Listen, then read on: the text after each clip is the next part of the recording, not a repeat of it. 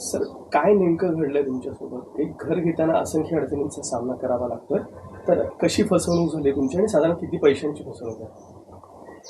मराठीमध्ये एक म्हण आहे की घर बांधून पाहावं, विहीर खोदून पाहावी, लग्न करून पाहावं. त्यातलं घर बांधून पाहावं हे सर्वसामान्य माणसाला समजेल मला नेमकं काय म्हणायचं आहे. मुंबईत जन्म झाला, वय वर्ष 50 आहे. स्वतःचं हक्काचं आणि स्वतःच्या मेहनतीचं एक घर असावं, 400, 450, 500 स्क्वेअर फुटाचं. उपनगरामध्ये, पश्चिम उपनगरामध्ये असावं. कारण मी ज्या इंडस्ट्रीत काम करतो, film industry, T V industry, त्यातलं मोस्टली काम हे पश्चिम उपनगरांमध्ये चालतं. तिथे घर घ्यावं ही इच्छा होती, मेहनतीने घ्यावं ही इच्छा होती. अर्थात आर्टिस्ट हे बँक आर्टिस्ट लोकांना किती पॉझिटिव्हली विचार करते लोन देताना हे सर्व श्रुत आहे. म्हणून वडिलांच्या प्रॉपर्टीवरती लोन काढावं आणि ते पैसे तिथे भरून घर घ्यावं आणि वडिलांच्या प्रॉपर्टीवर काढलेल्या लोनचे हप्ते भरावे, तितका साधा विचार होता. आणि तसंही आर्टिस्टला पुढे जाऊन वार्धक्यात काही पेन्शन, प्रॉव्हिडंट फंड, उदरनिर्वाहासाठी काही मोठी रक्कम असते हातात, असं नसतं. म्हणूनच एक घर घेतलं की जेणेकरून त्याच्या भाड्यापोटी गावाला जाऊन का होईना आपण त्याच्या भाड्यावर जगू, इतका साधा विचार होता. म्हणून घर घेण्याचं स्वप्न बाळगलं होतं. त्याकरता वडिलांचं हे घर, डोंबिवलीतलं हे घर मी मॉर्गेज केलं एका प्रायव्हेट फायनान्सकडे आणि ते पैसे मी आस्था प्रॉपर्टीजच्या माध्यमानं गुंतवले एक घर घेण्यासाठी. पण तिथे असणारे सच्चिदानंद बामणे, ॲग्नेलो परेरा, आकाश सोनी, सगळ्यात यांचा मास्टर माइंड म्हणजे शैलेश काकण.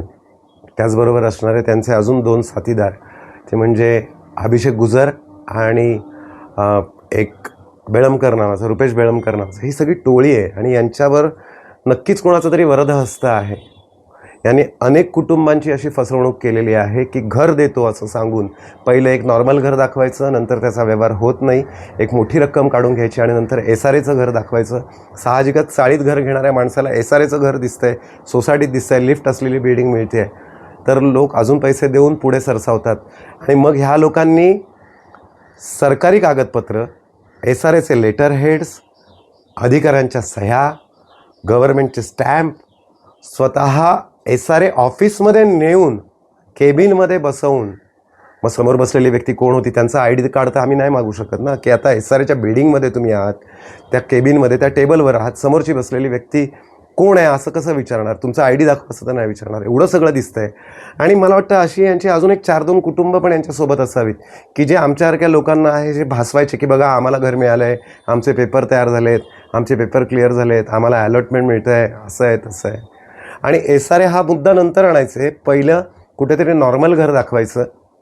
कारण का एसआरएचे प्रॉब्लेम्स काय आहेत हे बऱ्याच लोकांना माहिती आहे. मग अशा लोकांना कसं गुंतवायचं, तर मग पैसे पहिले काढून घ्यायचे नॉर्मल घर दाखवून, आणि मग तो व्यवहार होत नाही आहे आणि आता पैसे पण परत देऊ शकत नाही, तर निदान पैसे नाहीत तर एसआरएचं घर घ्या आणि माणसाकडे काही पर्याय राहत नाही. मग ठीक आहे बाबा, घर तर दे. किती पैशांची ही फसवणूक साधारण?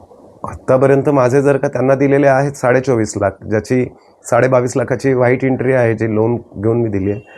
त्या व्यतिरिक्त मी पैशांची, आता तुम्ही जर फसवणूक विचारत असाल तर मी 9 वर्ष हप्ता भरतोय ना त्यांना दिलेल्या पैशांचा.